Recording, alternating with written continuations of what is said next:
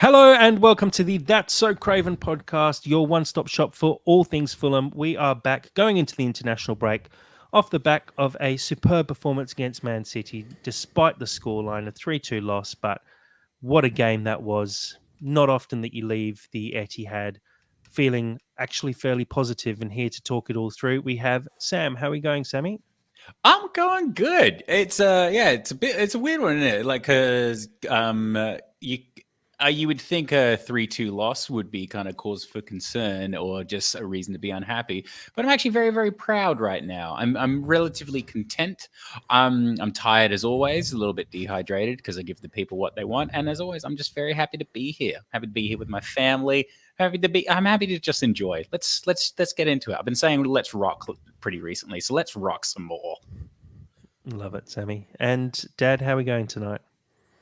Good. I'm feeling. I'm actually tired, but I am very, very happy with Saturday's result, and I'm strangely proud of how disappointed I was that we didn't win. You know, who would have thought? But we deserved something out of the game. Unfortunately, we couldn't get a win or a draw. But anyway, let's get into it.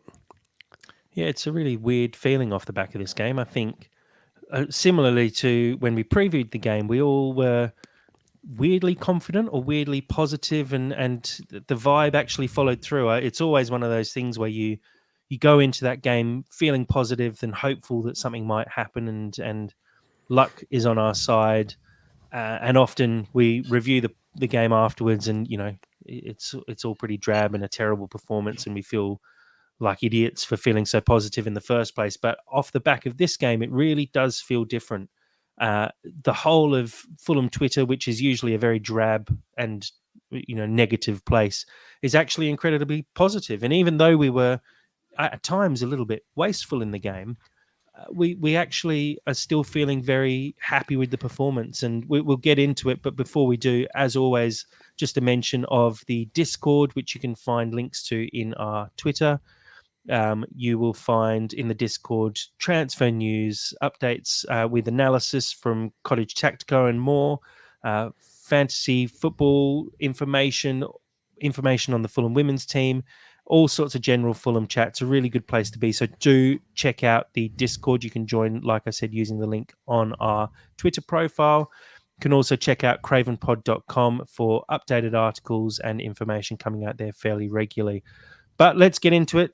Sammy, you weren't with us for the preview of this game, but how are you feeling going into this one against City? It was always going to be a difficult game coming up against such a good side, but Fulham gave a very good account of themselves. Yeah, I can't really say I was optimistic because I feel like it's very silly to go into a game optimistic against City just because they're so strong. I'd hardly say I was confident, but I knew that we weren't necessarily going to embarrass ourselves, and we didn't. And I thought, I mean, considering the fact that Andreas, I thought, played excellent. We completely nullified Erling Haaland, which is impressive for any squad to do. And we'll cover it way more in depth. But all like the goals that scored, I heard a great bit of analysis about it. They said that they were basically very un-City goals, which meant that we basically just took them to their limit. So they had to stretch themselves and find new alternatives to get the job done. So I have an immense amount of just like appreciation for everything that's going on with us right now. And from the jump, I was just kind of like, we're in for a game. And yeah, Anderson. That I love that boy so much. I love that boy so much right now. Well, the other thing that we were talking about in the pre-game is, I think, Jack, that there's fair reason to be optimistic about this game. There was fair reason to be optimistic. Our form's been good, and we've shown really over the last 12 months that we can take on these big teams. And I was just begging for some really tactical changes that may have been only related to City and no one else, but just I was really wishing that Marco was going to try something different in the starting lineup to make something happen, and he did. Yeah, I think that's probably the biggest takeaway from this game is the fact that there were changes before the game, and it was tactical ones, not injury-based ones, which is usually the way we see it. And well, Dad, I'll throw to you. How big an impact do you think that actually had on the way we set up and the way Fulham played against City? Seeing Sander Berge come in and Smith Rowe, who's arguably been one of our best players this season and is definitely our most talented player, being left out of the starting lineup. I was surprised that Smith Rowe was not used because even though he definitely, as I know Skibby mentioned in some of the comments, which was impressive actually because he's won a stag weekend. I'm not even sure he was conscious at the time, but he did happen to mention that, I don't mind Smith Rowe not starting because he does tend to go missing. But he's a high quality player, and against a high quality side, you'd think you'd need him. So I was concerned when he was left out. Honestly, not surprised that Pereira continues to make the starting lineup because Marco backs the guy, and he just backs him relentlessly.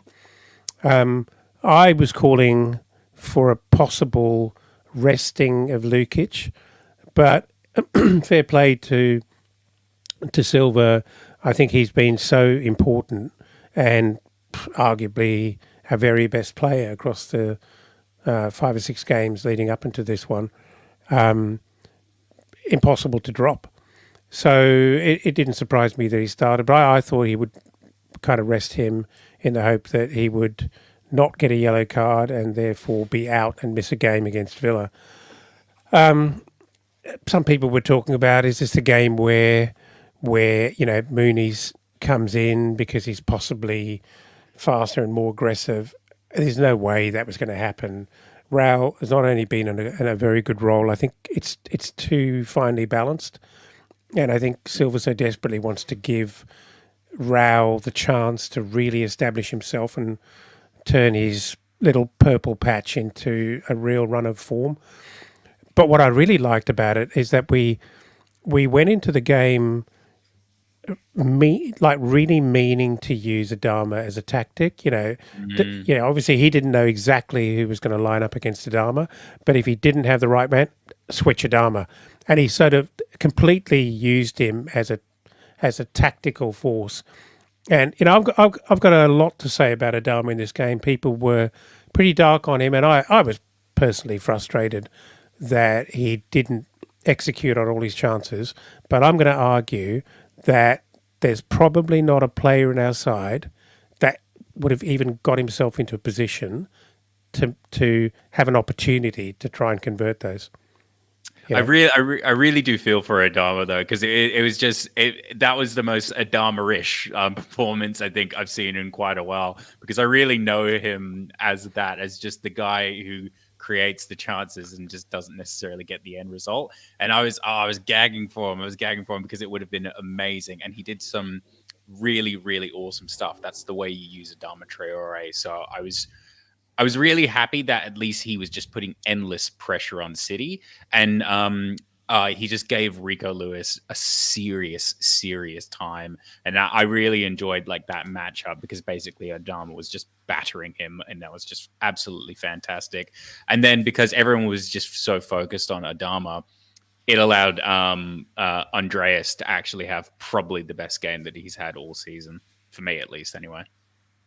Yeah, I tweeted it about 15 minutes into the game, I think it was, just saying the Adama versus Lewis matchup is how we win the game. And it really was. And I will give the credit to Skibby here, who did send through a couple of notes for us of things that he wanted mentioned. But the call from Marco to actually put Adama, switch wings for Adama and put him on Rico Lewis, who usually for City moves into a central position, was genius, because all of a sudden Rico Lewis had problems straight away, we put the ball out to Adama as often as possible. Rico Lewis was being dragged left, right, and centre and just could not handle Adama at all. And it was exciting to see because Adama was basically unmarked for at least the first half. They definitely changed it up in the second half and managed to shut him down a little more. But he was causing so much worry for the City defence in the first half, and he had a lot of chances. And look, he should have scored at least one, probably two. You do have to give some credit to Edison in the fact that he is a world-class keeper and made a good save with the first one-on-one. The second one, Adama maybe gets a little bit of a bobble and puts the ball over the bar, but again, he probably should do better.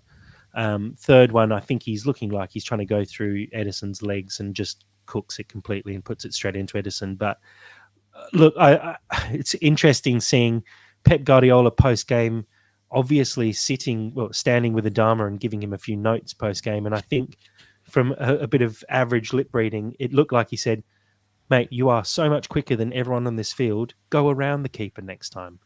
And he really should, because if he takes one touch, he is past Edison, and there's no way Edison is getting even close to him. We saw how easily he outpaced Kyle Walker. It's such a shame that Adama couldn't put one of those away, because I think if we go 2-0 up in that game, it's a very, very different game. You see Diop probably come on a little bit earlier in the game and close it out. And I feel like 100%. We probably would have held on and taken away a point at least. As it was, we weren't able to. But let's talk about the first goal and actually focus on how good this was in terms of team play and in terms of the assist and the finish. Sammy, I'll throw to you first. Do you love Raul Jimenez now for what he pulled off? I mean, like, love is a very, very strong word, but that assist was filthy. That was absolutely filthy. Like, I mean, props to the guy. He plays with kind of the reckless abandon, which I genuinely love. But there's a I can't remember the name of the guy, but it was a TED talk I saw years ago, and said it was to do anything creative, you have to be prepared to be wrong. And I feel like that just totally sums up the way Jimenez plays, because it's phenomenal when it comes off and he's fully confident. But I mean, no manager could ever justify telling somebody to do the things that Jimenez does sometimes. So I mean, it's totally high risk, high reward. But that's just pure instincts and just chaos, and it is incredible skill. That very few people in the world can do shit like that. And if nothing else, I'm just actually happy that Andreas was on the end of that, because he's had such a torrid time recently. And for me, it just completely reminds me that Andreas is an attacking midfield.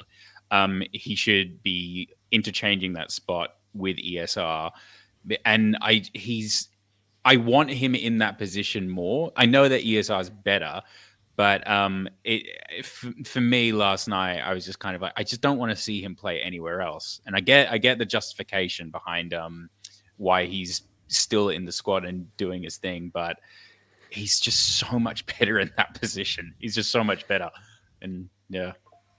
The point about Raul, though, it's kind of the definition of a luxury player, because fair play to the guy. He pulls that shit off all the time. He does that kind of stuff all the time, and it's infuriating when he doesn't score or it doesn't bring about an assist. And it's just gold, highly entertaining. I mean, intoxicating when it actually comes off. But so often, unfortunately, over the last couple of years, it hasn't. And when he plays like that, which, again, fair play to him, he always plays like this. When he plays like this and scores very few goals, you kind of want to slap him, because you want him to just stick to the basics and just put the ball in the back of the net or pass it to someone. But maybe it's no, and maybe it's just up to everyone else to step up and actually play, anticipating that he is going to play like that in the 6-yard box, or maybe even in the 18-yard box, and anticipate that if he gets the ball, he will try mercurial things. As Skibby says on our comments on the live stream, with the amount of flicks that he actually tries, it's bound to come off when we least expect it. But at the same time, it's great having a player like that because you do need those special moments to score against teams like Man City. And the interesting thing is we've actually got two strikers like that in Muniz and Jimenez, couple of guys who often go for, overhead kicks, back heels, ridiculous attempts on goal. And I kind of love having those two players. It's great having a bog standard striker who runs hard and scores goals. But when you've got a couple of guys who can pull off the incredible, it keeps things exciting. And you do get moments like this against Man City where this thing that you've got Jimenez with his back to goal. Most players would maybe look for someone on the edge of the box, but he has the awareness to go for a cheeky back heel. And the fact that those guys on the training pitch are so used to him doing things like that, that Pereira is in the middle following it up. And it does catch Akanji off guard, who is trying to shield the ball. I'm so glad you mentioned that, Jack, because he's a very, very good player. He's a great player, and he was totally wrong-footed by that. Didn't pick it for a moment, and it's kind of the nutty genius and flair that you do need to break down the very best teams. You're right. You can call it flair as well, but like I genuinely think more about it in terms of if you think of a team like City, they're so methodical, they're so by the numbers, they're so well set in the way that they play that literally like a group of 10-year-olds could just manufacture that because they literally have a template. So in order to break down that template, you just have to be unpredictable because that's the only way. Because they're not training for that. They're not training for just absolute chaos. And to see it firsthand is just awesome. Just really, really cool. And look, it was a great goal. It's not the first time we've gone ahead against Man City as well in recent years. And look, not long after that is the Adama chance, and that's the main miss. I think that's probably the one that hurts the most. Admittedly, the other misses were disappointing, but if Adama puts away that first one-on-one with Edison, it's 2-0 Fulham after, I think it was about 30 minutes. Fulham score two goals in 5 minutes, and all of a sudden, Man City are on the back foot for the whole game. The game gets stretched because they have to push forward more. Adama gets in behind even more often, and I think things change. Unfortunately not, and Kovacic scores a very good goal. Unfortunately, a big deflection off Anderson to take it into the back of the net. Nothing Leno really could have done about that.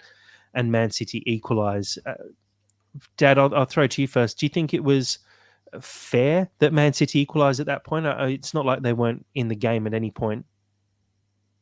I don't think fair comes into it. If you've got that much individual brilliance and you're playing against that much of a force, chances are it's going to break. And I think the question is not so much could Leno have done better? Absolutely could not have. Could Anderson have got out of the way of that? Absolutely could not have. He belted it. You could argue that he could have been closed down better and he shouldn't have had that much time and space. But fair play to him. He did well to get on the end of that. He did control it and actually smashed it. And I'm not sure Leno actually gets to that, even if it doesn't get deflected. It looks like it was probably sneaking under him.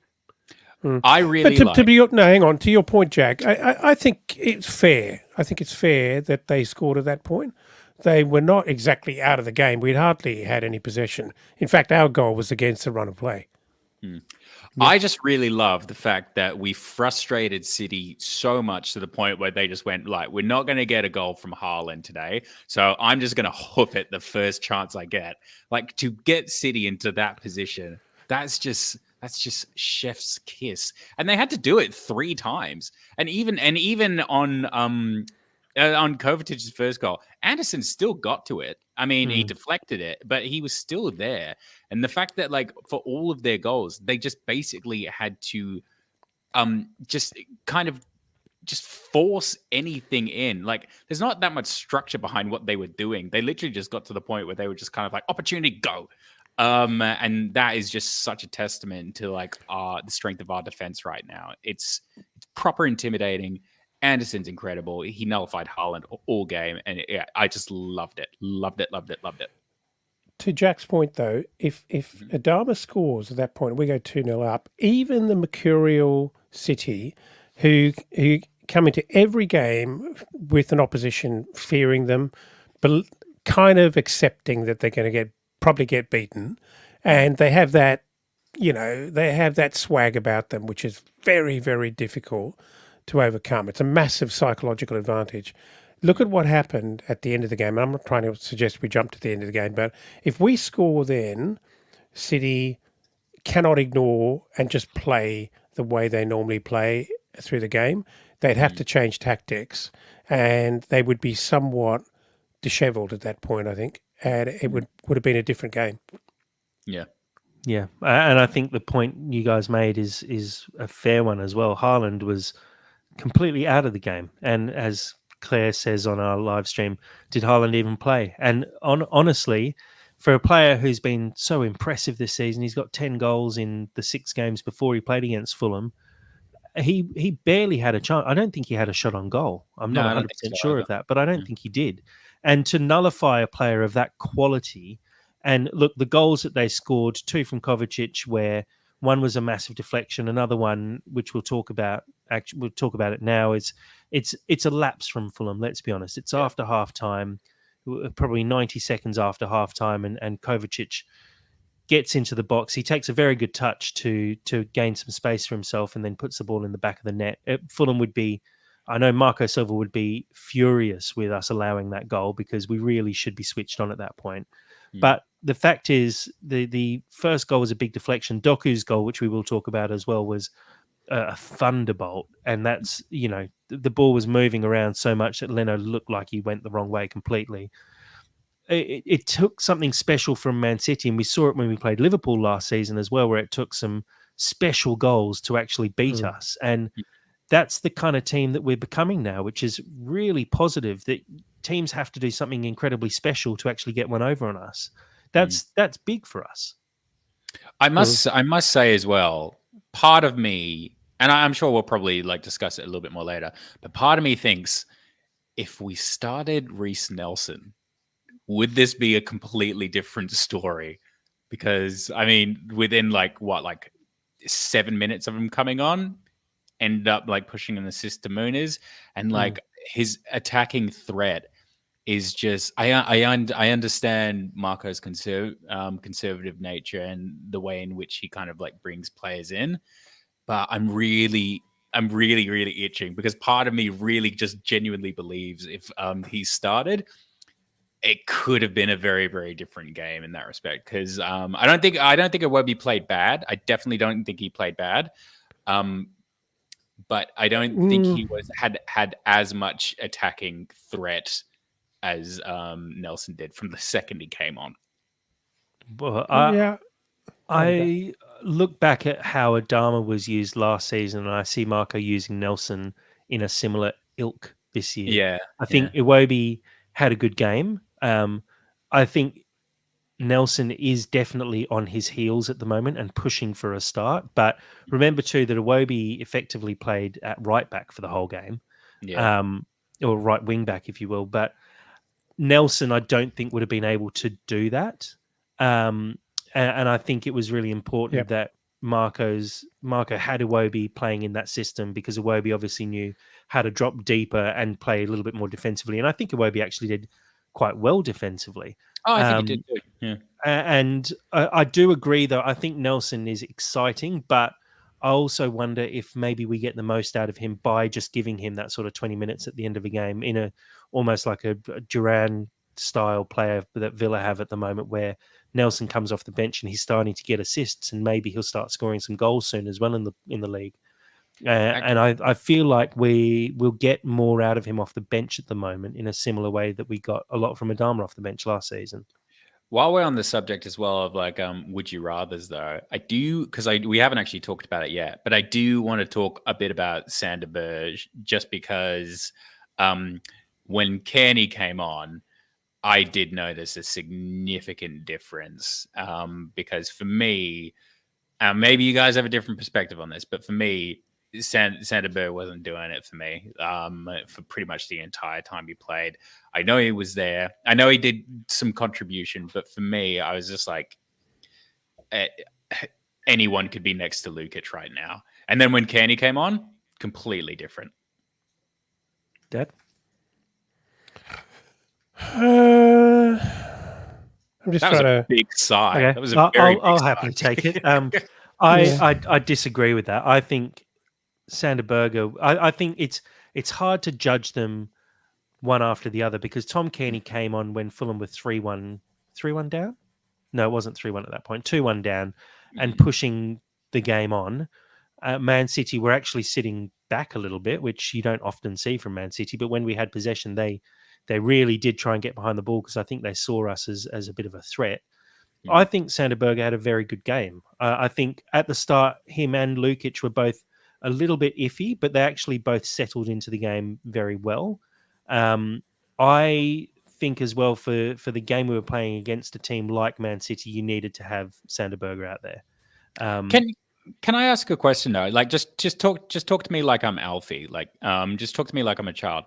What does a good Sanderberg game look like? Easy. Because I didn't really notice that. I wasn't able to see what he was doing. That was good. His passing was good. His physicality was good. His positioning was good. I think he actually, and he's a presence as well in the box, which is always helpful when you're having to defend corners, and when you're playing against players like Kovacic, who's a very physical. Well, you got to bodies like that. Okay, no, Jack's back. Yep. We lost you there for a Sorry? second. Okay. No, we lost you. No, I agree. Tom Kearney actually looked great coming off the bench, and it's very different though. We started with a defensive mindset of Lukic and Sanderberger, and I think they played well to start with. But when Kearney and Smith Rowe came on, it's just a very different style of football that we were going to be playing anyway. So it did look more attractive and look better. But Sanderberger, I thought was. I don't think anyone played poorly for the Fulham team. I definitely think Lukic started quite poorly, but he improved massively throughout the game. Dad, your thoughts? Yeah, I didn't. Lukic was probably the least effective he's been all season for sure. But again, I don't want to judge the guy too harsh. I think oppositions let you play as well as they want you to play. But he seemed to be getting caught out, and he absolutely did not have it his own way. I'm thinking hard about how I really feel about Sanderberger's game. I think he certainly wasn't outstanding and didn't shine, but that doesn't have to be that doesn't necessarily have to be what you've got to be in midfield, in defensive midfield. I'm always looking for those killer passes that just break open a defense, and it's interesting. The reason why I sort of sighed when you asked me that question, because I was thinking hard about just the lineup that Marco went with, and I was still thinking about Nelson and whether he should have played. But given the way Marco wanted to release Adama, I think he had to play Iwobi, and he had to play him in that defensive wing-back position, right? Which means that, there's only 11 players in the end. I still want to see a whole game from Berger, and I don't think we're going to get a whole 90 minutes until possibly after the Villa game. And I think Marco will save him for that test when the opposition drops off. It's been pretty tough games we had, the last few weeks. And I think he is a limit to how much he's prepared to experiment with something that is still a little bit unclear and undefined. Yeah, I think Skibby's right. Skibby's just said that Berger was just used for a physical presence and for set pieces before the game. No, that checks out to me. All It's right. I mean, interesting looking at the stats. I can see Lukic and Berger obviously. Berger played half an hour less of the game, but Lukic had 63 passes for the game. Sander Berger only had 29, but they both had pretty wow. much the same pass success percentage. Mhm. Berger had far more clearances than Lukic. He had the most clearances of any midfielder for the game, similar number to Kenny Tete. Um, and I think he was definitely there in a more defensive role. And I don't think you could have done that with Pereira or Tom Kenny basically playing Yeah, No, I no, agree. no, no, no, in definitely that not. 6 or that 8. I think it was definitely a defensive mindset. And as Colm says, who just joined in on our live stream, nice to see we found a plan B. And Mhm. I fully agree with that. It's a really good comment because we often see with Marco a single plan and we stick to that plan. It was great to see us actually not necessarily try something different, but have a way to actually shut down Man City. And tactically this season, I think Marco has been spot on multiple times, and we're seeing that over and over again. And I'm really excited to see how this pans out across the rest of the season because I really feel like when we come up against teams, Marco will always have a plan. And Mm. it's less now, let's get to 40 points. It's more, let's see if we can get a win in every single game. And it's exciting seeing us go away to City and Hmm. And actually get a result. I feel like that's what Jack's saying. What do you think, Well, Dad? no, I think he was about to say go to City and actually take them on, and actually go there with a full plan to try and win the game. Isn't that what I said? that is exactly what I was saying. Um, Well, there you go. I'm going to have to do some heavy editing after this one. Um, let's talk about the Muniz goal. I don't think we need to talk about the Doku goal, apart from maybe Castagna could have done a little better and maybe not given Doku as much space. But it is a fabulous goal. Let's be Yeah, honest. that's one of the But best goals I've ever seen. let's talk about the Muniz goal and how important that was. Again, really good play by Fulham, keeping the ball. I think it was Kearney to Smith Rowe to Reece Nelson, who finds Muniz in acres of space in the box, and it's Mm. a good finish on the turn. Dad, the Oh yeah. importance of that goal for Muniz, who has Oh, struggled to score at the start of the season, been dropped and seen Jimenez hit really hot form, and now he comes back into the side and scores against Man City. How important? well, there were two things that I noticed about Mooney's goal. Number one, almost no celebration because it was late in the game. We needed to get on with it. And there wasn't so much jubilation, but kind of a bit of relief on his face. Oh, you said And a thing I was going to say. Sorry. yeah, and which immediately made me think, I'm so happy he scored. I'm so Yeah. happy for him. That was pretty classy. He pivoted, well, he swiveled so quickly and put that away, and he smashed it. Really good goal. Very, very good goal. And he's been threatening, let's be honest, he's been threatening to do something like that all season. He just hasn't had the luck. And no, really, really happy for him.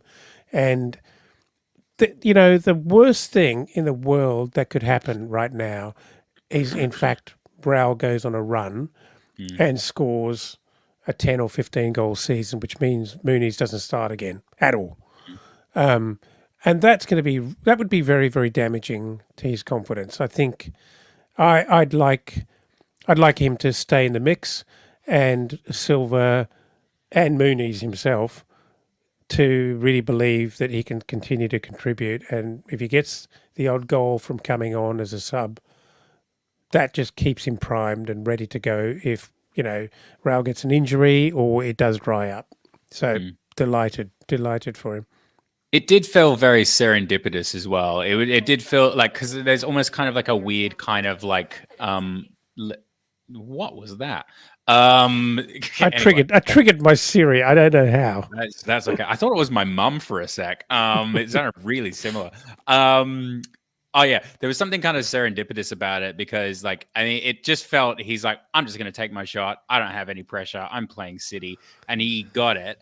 And then just as you said, just like the look of calm, just kind of like on his face, that just felt it just felt very kind of like it felt very written in the stars that he would score in this kind of a game, and kind of like a low stakes moment. But I'm just really, really excited now for like the next couple of games because he's gotten that like weight off of his shoulder. It's a massive confidence boost to get a ball past Edison and Diaz and that. So I really want him to score more, and I feel that in these next couple of games, because it's muscle memory, it's confidence. There's so much that goes into it. Like the psychology behind it all is fascinating, but you just have to get one. And then from getting one, you can get two, and if you can get two, so on, so on, so on.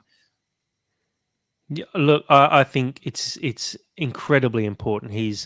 That was his eighth appearance of the season, and he hadn't scored a goal up until that point. So, we saw it when he started last season as well. He really struggled when he was standing in, couldn't get on the score sheet, and then all of a sudden it clicked, and that first goal triggered a big run that saw him nominated for Player of the Month, similarly to how Jimenez has been nominated for Player of the Month as well. I think if we can have two strikers who are in that sort of that form, that ability to hit a kind of streak, it's really important. And I think it's just going to add competition. Jimenez has been scoring nonstop, and it kind of removes the competition in a way because he's not going to get dropped if he's starting games and scoring regularly. All of a sudden, Muniz comes off the bench and scores a goal. It definitely puts some pressure on Jimenez to continue to perform. Jimenez is going to go away on international duty, I assume, and hopefully get some more goals under his belt. Muniz will be back at Motswell Park working alongside players like Reece Nelson, Smith Rowe, Tom Kearney. He's going to be, working hard. And I feel like we're actually going to get a half-decent chance of, two strikers in decent form and be able to almost rotate them through the season. And maybe you get to a point where you do have a bunch of strikers available to be able to rotate non-stop throughout the season. And we start to find ourselves with options, which isn't something we've had for a while, let's be honest. When you've got Vinicius coming off the bench to replace Mitro, it was just not even a thing. But all of a sudden, we might have two strikers on a similar level in similar form, and I think that's really important. Let's talk about just the result in general. It's a big one, and admittedly, it's another loss, and it extends the run of losses against Man City, which stretches back now for, 13 years. Man City have to come to the Cottage later in the season. Do you feel this is going to be our biggest opportunity to actually get a win against Man City? And do you think there's going to be some tactical changes from both sides going into that game? Do you reckon? You go, Dad. You go. Well, do you think Adama's going to have some private coaching from Pep before that game? Well, yeah, just back to wrapping up this one. One of the things that was quite heavily discussed in the Discord channel was some negativity towards Anderson in that his passing, his sort of past completion success, if you like, was down on what it normally is. And I think that's really quite harsh because he had a very, very tough game, very tough one-on-one game with Haaland, who, Anderson was marking Haaland closely, and Haaland was pressing Anderson really hard because they know they'd done their homework, obviously, and knew that Anderson was our most effective outlet. And so Haaland was just shutting him down so quickly all the time. And Anderson had a lot less time on the ball, ergo, some of that stuff. So it was actually an incredibly good tactical tussle and some really good thinking from both managers. Obviously, Pep Guardiola has so many more resources and so many more tricks he can pull. Marco, no doubt, could come up with some 3 or 4 very, very interesting tactics or strategies, but he just doesn't have the depth of quality to pull it off. I mean, who's got Doku off the bench to come on and do something like that? So, yeah, I mean, Paul, I think I'm very optimistic that we can get a result next time at the Cottage against City. I know it sounds like a pipe dream, but I think I in the run up to this game, I was saying my concern was they're probably going to score three, so we'd have to score at least three. Mm. And I didn't honestly think that we were even going to get close to score three because we just haven't been scoring enough goals. So for us to even get to away at the Etihad is incredible, really. I really like the image of Adama Traore just messaging Pep Guardiola you up before like the next time he plays like Liverpool or somewhere else. I think that's a very entertaining concept. In terms of like this actual game and just how I feel about it. Oh, sorry, actually, just in terms of like, are we approaching a win against City? If I'm going to speak honestly, I don't think so. But with that being said, it does feel like we are slowly chipping away at them. I feel that I can't see it this season. If I'm going to be really, really honest, I can't see it this season. I would love to be as optimistic as Dad.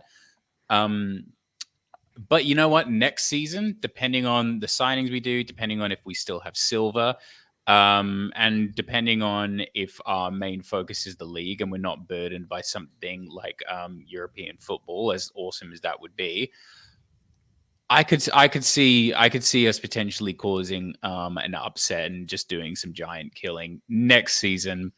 I think this season we still got a couple of kinks that we need to work out. But I mean, do I think we'll give them a seriously good game and it will be incredibly contested and we'll go away very, very happy? Hell yeah. Well, I mean, the one thing to consider, as Skibby sort of mentioned, is the fact that we do play Man City on the last day of the season. If the league's wrapped up, there is an opportunity there for Man City to rest a few players and, make sure a couple of guys get medals because they came off the bench a few times during the season and they need another appearance. It's possible that it's a chance for us to actually win the game. But look, I don't even want to win against Man City. I just want us to get a draw against them almost, just to break the back of that run of losses, because I genuinely think we deserve it. Last season, we were, admittedly, we conceded 9 goals against them last season, but I think we were a little unlucky. There was the goal that was allowed for, despite Leno obviously being obstructed, and it all just fell to pieces after that. And then they were just too good for us at the Cottage as well. Let's be honest, but it does feel like it's creeping closer, as you said, Sammy. And I reckon the end of the season could be half a chance for us. I think Marco, I'm not saying he's figured out Man City and figured out Pep, because that's unrealistic, but he's definitely worked a way to get the most out of this Fulham team. And I think it seems like he's very happy with his squad at the moment, which is a really good place to be in, because he's got options. He's got the ability to change things up by dropping our best player for a new signing. It's not something you've seen previously. You wouldn't expect Marco last season to drop Polinia for tactical reasons. Yeah. It would just never happen. But now we're in a position where we can leave Smith Rowe out of the team because tactically we've got a different plan. And I think that's a really positive position to be in. Guys, we're going into an international break now. Do you think it's a good time to be going into the break off the back of a performance like that? Or do you feel like we maybe might lose a little bit of momentum that we could have taken into Villa? I'd love to be playing Villa this Saturday, honestly. You got to be thinking that the guys would have come away from Manchester being pretty pleased with themselves, really. That was a massive effort to score 2 goals and push them. And we've kind of glossed over this, but City were not cruising by the end. They were, I wouldn't call it shithousery, but there was a lot of game management going on.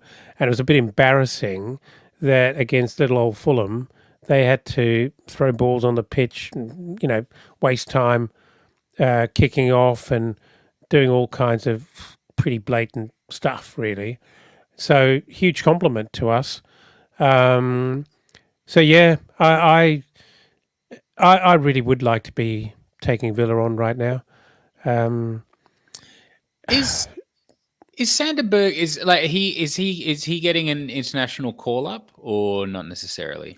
He usually does. Yeah, To be honest, haven't had a proper look at the international call-ups for yeah, this that's okay. this run of games because I just don't want this run of games to happen. I hate these international breaks, and the fact that we've got another one in November as well is just Mm. infuriating. Look, But I'd assume the majority of our squad will not be there. Lukic has definitely been called up. I reckon Berger's probably been called up. Anderson, yeah, Bassi, Awobi probably all get definitely. call ups. Kenny Tete should be getting called up, even though he probably won't be. But Castagna and Robinson, I assume, both will be. Yeah. Jimenez. Leno may be getting a call up as well after Neuer announced his retirement. So there's not going to be a huge number of players around, I don't think. But um, it's more just the momentum that we lose. I Mm. think off the back of a performance like that, the spirits would be incredibly high because it's weird to lose, but it feels almost like a win. Um, Mm. so I agree. I'd love to That's- be playing Villa this weekend. It's a real shame that Mm. we're going into the break now, but maybe having pushed ourselves so hard in the game against Man City, it is good to have a little bit of a break. Mm. Mm. Oh, the one person that I think could really benefit from being at Motspur Park for two more weeks would actually be Berger, and he's not Yeah, going that's to what I be. was thinking. Yeah, I mean, you can make a case for like Nelson as well. Just kind of in general, just to kind of like familiarize himself more because he's been so great. But the more time he spends with Marco, the better. And same with ESR as well. But Oh, yeah, but he's that's proved himself. I mean, he's I know proved he himself. has. I think that Marco's seen enough of Nelson that I don't think he needs to see more. I think just tactically, he prefers to start Iwobi at the moment, Mm. and he's not changing Adama. Wilson's not getting a start. No Yeah. way. So yeah, I think these international breaks, if they ever suited anyone, they're not suiting us at all for any Mm. Not number at of the reasons. moment, no. They're not Yeah. convenient at all. Yeah, no, it doesn't feel like it at the moment.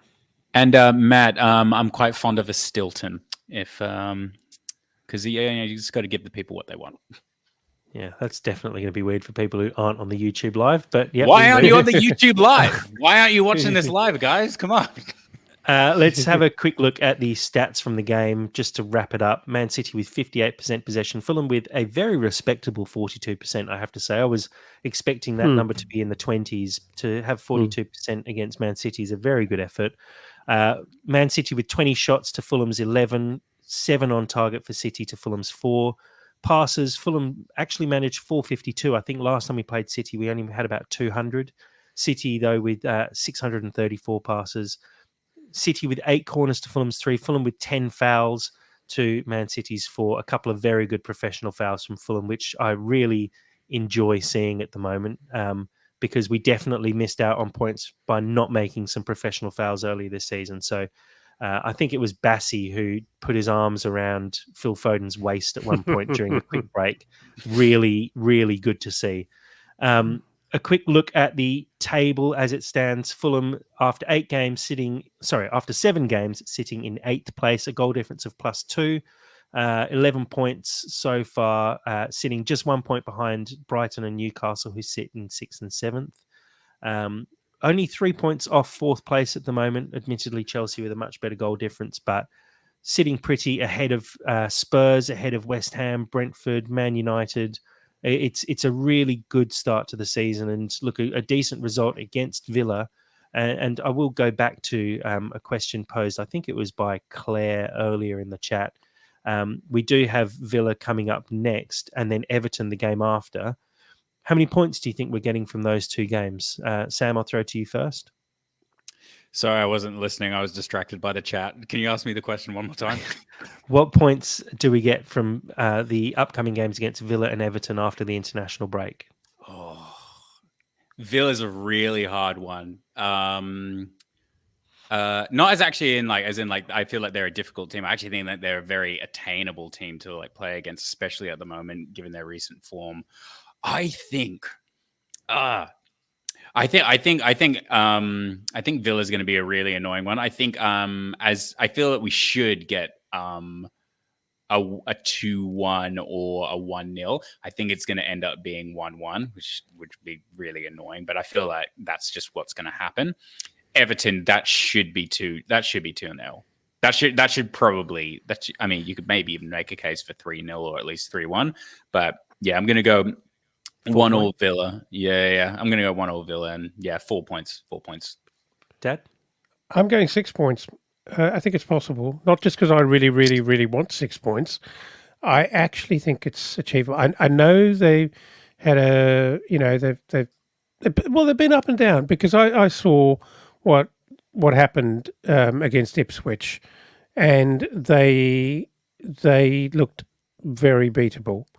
And I know Ipswich are a handful at home, but I feel like they've just got the better of us, particularly in the middle of the park. The last couple of times we played them, and out on the wings. But I think we can beat them at home.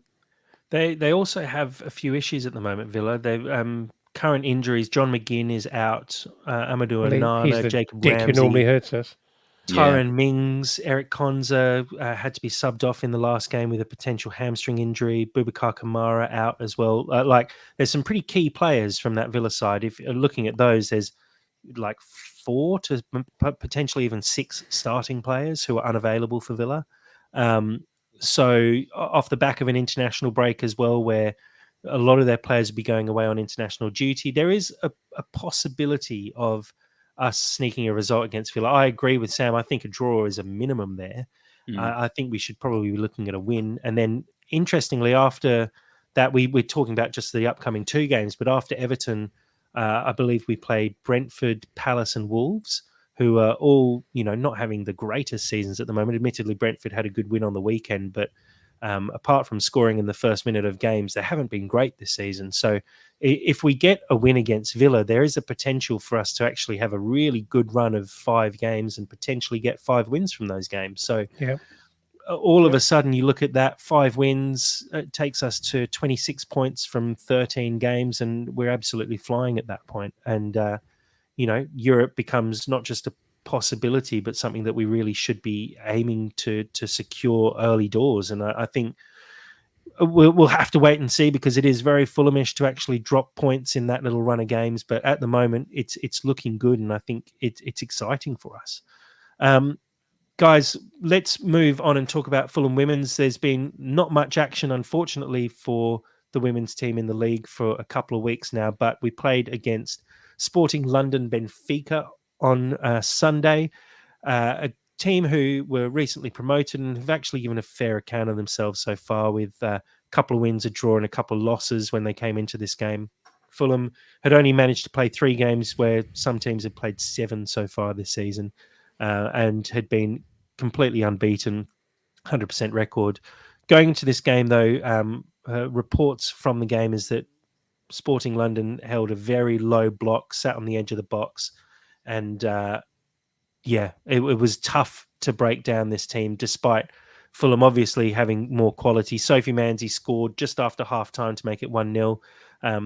Benfica equalised after 60 minutes, and Fulham had close to 30 shots on goal for the game, couldn't get the breakthrough until the 8th minute of injury time, when Kat Beaver scored from a corner to give Fulham a win, keep the 100% record up this season, and push Fulham to 3rd in the league. 3rd maybe doesn't tell the full picture, as Fulham have played 4 games and have 12 points. The team top at the moment are Dorking Wanderers, who've played 7 games and sit just 4 points ahead of us. So a win in Fulham's next game, and in fact winning all the games in hand, puts us comfortably on top of the league.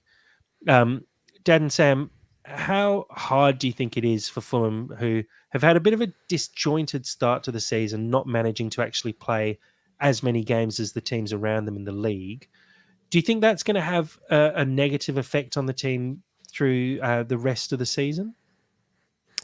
Well, yeah. I mean, the reason you're not telling the full story, because that's obviously a very weird, uneven position for us to have only played 4 games. For a bit of context, I guess there is the ability for opposition teams to effectively postpone their games. Each team gets one postponement through the season, and unfortunately, it's fallen in a way that Fulham have had the majority of their early season games postponed, and so we've only played 4 so far, whereas most teams have played 6 or 7 games this season. So we are playing catch up. Do you think it's tough when you're playing catch up rather than setting the pace? Well, I guess what's happening is that other teams are being lulled into a bit of a false sense of security or confidence at the top of the league because, they are there. They're being imposters is what I'm trying to say. The problem you're surely going to have is all these games are going to start getting bunched up, and they're potentially going to come in a sequence that will be uncomfortable at some point of the season because they've all been deferred at the start of the season. They're going to have to be made up later on. It's a bit of a crazy system, and I'm sure there's good reasoning behind it to be so flexible, but it seems that it's been used tactically against Fulham, who are completely unstoppable at the moment. So teams have basically elected not to play against them, and a number of teams have done that to Fulham. So, yeah, maybe, I suppose, Fulham have just got to ride it out and keep their powder dry and keep focused. And I guess one benefit of not playing very much is that you're not going to sustain any injuries that you might normally sustain. You're not going to be fatigued from playing a lot of games. But there's probably pent-up frustration, really, that they're training, but getting their games pulled. It's probably quite difficult for them to maintain, just that energy level, I suppose. Sammy? Yes. Well, no. Okay, I'll pose the question to you. Would you prefer to be leading or chasing? I think I'd prefer to be chasing rather than leading. I think as well, just because it's only one position at the very, very top, and it's very, very tightly contested. It all fell apart last season, and the pressure kind of got to the girls. God bless them. And maybe that's an unfair assessment, but it did kind of feel that way. And I think when you're constantly in a state of striving and actually pushing above you, and then reclaiming from that position, I think the longer you actually stay on top, it actually creates a little bit of like unease because it's then you just kind of start overthinking the situation, and you start to get quite rattled, especially if you lose like a couple of games. It's a little bit different to if you're constantly kind of building up to something, because by the time you actually get 3/4 away still the season and then you hit your peak, that's better than coming out of the blocks really, really strong and then kind of losing steam over time. But I mean, these are just speculations on my behalf. I don't really fully know, because you have teams like the Invincibles that literally just go the entire season and just crush everybody. So it's really, really difficult to say. But last season we did falter from being on top for so long. So this season I'm hoping for a bit of a different result. But you can only be optimistic because the team's as strong as it is. Well, but it's a bit different from last season, though, isn't it? Because there wasn't that big disparity of games played at the end of the season. We were behind, and we were basically looking at the leaders, and the only way we were going to get past them is if they faltered, right? That's tough. So you're literally going punch for punch, toe to toe towards the back end of the season. This is different. Whilst we're not on top, we clearly have so many games in hand, and we're winning comprehensively. Yeah. I think we have every reason to know that as soon as this starts evening out, keep our form going and we're going to rise to the top. Yeah, definitely. And I personally would prefer to be in the position we're in at the moment where you're effectively chasing. We know the results that we need to get to the top of the league. And look, Saltdean have had a very good start as well. They're also at a 100% record, but they've made some improvements in the off season. I think we comfortably beat Saltdean last year. And we were up against a couple of very, very good teams last year in Dulwich and Dartford, who both finished above us. But it does feel like we've taken that step this season and really gone to the next level. And it's exciting times. And look, there's a couple of games during the international break. If you do have the opportunity and you're missing your Fulham fix during the next week or so, we do play Maidenhead in the Cup, and then there's a midweek against Sutton as well. The next run of games, I believe, is at Motspur Park, which is great. So please do get down, support Fulham Women's. They've been absolutely roaring this season, and I think we need to get around them as much as possible. Hopefully a few more games at the Cottage as well. So fingers crossed for the Fulham Women's in their upcoming fixtures. Guys, let's round it out there. A great week to talk about Fulham. It's really positive, and the result against City is a really good one, despite the loss. It just feels good at the moment, and I feel calm, which is nice, because we don't feel like that often. There's always pent-up frustration and anger, but it doesn't feel like that right now. It feels positive, and I love that. Shame we're going into an international break where I don't know what to do with myself for a couple of weeks, but looking forward to Fulham getting back out there and a really good competitive run of games where we get to play against Villa and then play against teams that we should be beating and hopefully get some results under our belt. Sammy, any final thoughts before the international break? No, I mean, look, as much as I love football, I am also really looking forward to having a regular sleeping pattern because we've just gone on to daylight savings. So the schedule's about to get cooked for me. So I'll appreciate the 2 weeks that I have to just build up and actually just get all the sleep that I can before I actually just do the rest of the season. But other than that, really happy with the result. Just really happy with just generally speaking the team at the moment. I mean, this is probably the most optimistic that I've been about the team in such a long time. And yeah, it's only 2 weeks and then be back into the mix again. And yeah, and you will hear from us, I'm sure, in the time being. And that's what everyone wants. Anyway, who's got a fan on? Like, what is happening right now? No one does, Sam. That's probably your computer overloading. No. That'd be your mother drying her hair. Don't worry. Mum made a second entrance. Cool. Yeah, cool. Yeah. Say hi to Mum for me. Dad, thank you for joining tonight. Any final thoughts before the break? I do have some final thoughts, and I was wondering why my youngest son was looking like he was from a 70s cop show, but he's taken his sunglasses off now. So I'll put them back on for a 70s cop show reference. That's great. yeah, very weird.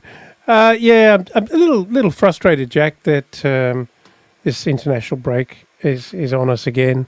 I think it's actually going against us. I really do. I think the general consensus used to be that Marco loves an international break because when we were less competitive, it was an opportunity to breathe and take some heat off.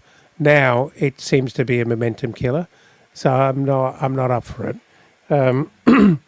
As for not knowing what you're going to be doing, Jack, over the next couple of weeks, I think I know someone who you live with who'll find plenty for you to do. There's always things to do around my house, usually involving pulling out weeds. So I'll pretend that Fulham are playing and just go into the back room and say, yeah, it's Fulham again. I've got to go watch. Take some time off.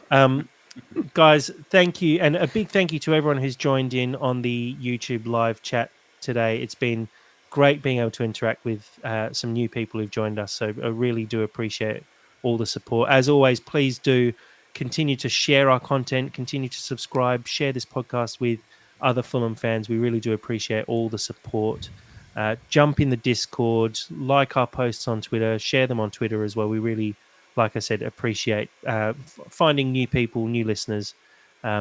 a big thank you, as always, to you, Sammy, and to you, Dad. Thank you for joining tonight. Yeah, Thank you thanks. very Thanks for much having us. having me. It's great. We will try and get something out during the international break through our tiers at not being able to watch Fulham for the next couple of weeks. Are looking to get some special guests on in the meantime as well, which I'm keeping under wraps, but hopefully we'll have an announcement fairly soon. Big thank you to everyone, and as always, come on, you Whites.